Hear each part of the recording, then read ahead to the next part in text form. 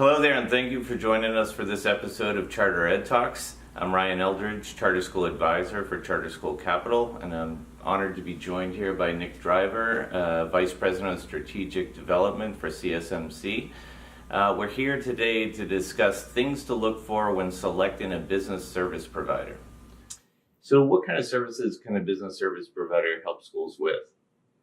Yeah, traditionally, Ryan, the types of services that back office or business services provided were those services that were very fundamental to running any small business or nonprofit. And that is bookkeeping, payroll, budgeting, little tiny bit of compliance.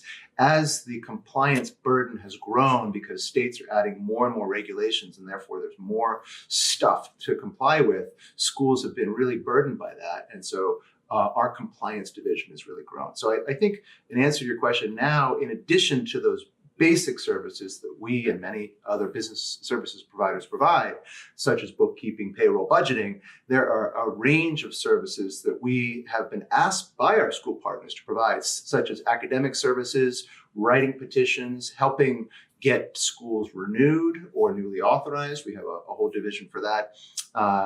We have a HR audit division. We have an authorizer division just for some districts that have really onerous oversight visits once a year that require 4 days of meetings and 4 packets of information.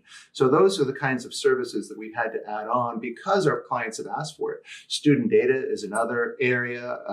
Of course, student achievement is one area that the districts and authorizers look really closely at, and therefore we've had to bulk up that division as well. So even though we started off as a accounting, a payroll firm, we have found that academic services and student data services, those areas like wraparound services in general, have become as sought after as the main services. Nice. So what should school look for when they're choosing a business service provider, and are there any red flags that they should be aware of? Yeah, there's a number of service providers out there, and I think you would look for a couple of things because it is hard to choose.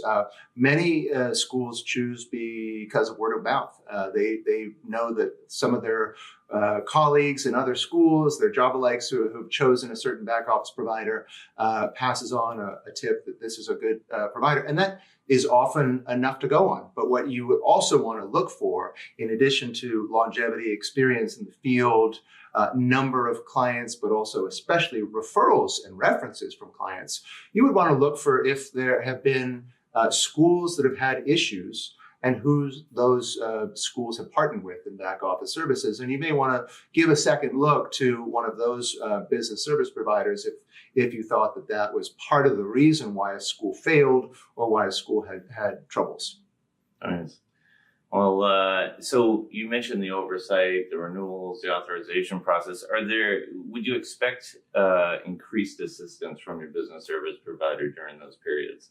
Absolutely. And that's why we at CSMC have been asked a few times, and why we've started a new division that's just around authorization, not just renewal or new authorization, but the oversight visit, which is an annual thing in many districts, especially big districts such as Los Angeles, San Diego, Sacramento, San Francisco, Oakland. Those have really onerous requirements, not just once every 5 years when you get renewed, but every single year that you have to go through an oversight visit. And so those are the kinds of services that we've been asked to provide for our partners. And frankly, we have the personnel, people who have worked as authorizers, people who have worked running schools, people who serve on boards of charter schools that have gone through oversight visits that really set us apart from other business services providers. But that is one thing that no matter who your business services provider is, you should be asking for help on. Great. Well, that wraps up this episode of Charter Ed Talks. Nick, thank you very much for joining us, and we hope it was beneficial to all of you out there viewing it. Thank you. Thanks, Ryan. Thanks so much.